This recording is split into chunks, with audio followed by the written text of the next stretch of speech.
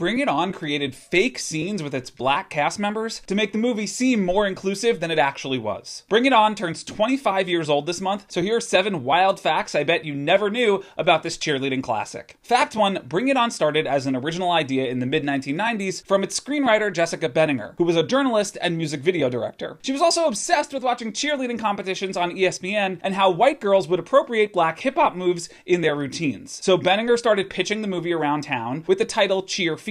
She got 28 rejections until Beacon Pictures finally said yes. Then the movie sat in development hell for 4 years until Silence of the Lambs director Jonathan Demme read the script. He loved it and urged Universal to come on board, which it did. Future Ant-Man filmmaker Peyton Reed was then hired to direct, marking his feature film debut. Fact number 2, Marley Shelton was originally going to play the lead, but then she chose to do the competing cheerleading movie Sugar and Spice instead. So Peyton Reed offered the part to Kirsten Dunst multiple times, but she kept turning them down until she finally met with the director and realized it would be a fun time. 300 actors auditioned for Cliff, including James Franco and Jason Schwartzman. It eventually went to Jesse Bradford. Eliza Dushku's audition went exactly like her tryout in the movie. She didn't want to go out for it, telling her agents, "I'm not a fucking cheerleader." But that attitude is exactly what Reed was looking for. Meanwhile, Gabrielle Union was drawn to the film because of its head-on themes about race, and her backup Clovers were played by the pre-existing girl group Black. By the way, every actor had to prepare a cheer for their audition. Fact 3, most of the cast went through a 6-week cheerleading boot camp before filming, where they learned all of the routines for the film, except for Kirsten Dunst, who was filming another movie at the time, so she had to learn everything on set the day of, and miraculously pulled it off. This hard work bonded the cast together, and they spent a lot of time hanging out on their off days in San Diego, which included some weekend trips to Tijuana. Fact number 4, one shot nearly got the movie an R rating. You know the scene where the male cheerleader puts his finger inside the girl he's lifting? He was supposed to smell his finger after. They even shot it that way, but then they edited the sniffing out to keep the movie PG-13. Fact 5, they shot fake scenes to appeal to black audiences. Gabrielle Union explained to Bloomberg in 2023 that the Clovers are only really in a third of the movie, but when they tested the film, audiences loved them, so the crew went back and shot more scenes with the Clovers just for the trailer to make it seem like they were more present in the film than they actually were. Fact 6, the studio wanted to change the ending. Bring It On ends with the Toros losing the competition to the Clovers, but some studio execs fought to have it the other way around, saying Kirsten's the lead, the Toros have to win. But Peyton Reed pushed back and won. And likewise, fact 7, Universal did not think it was going to be a hit. The movie's entire budget was $12 million, and it was kind of an afterthought at the studio. But positive test screenings convinced Universal to invest more in the marketing. Still, the movie had a late August release date, so the studio only expected a $6 million opening. It ended up making $17 million opening weekend domestic and $90 million total worldwide. And then, according to Jess Benninger, it did really well on DVD, like it was insane, leading to cult classic status, 5 straight-to-DVD sequels, another TV movie sequel, and a Broadway musical co-written by Lin-Manuel Miranda.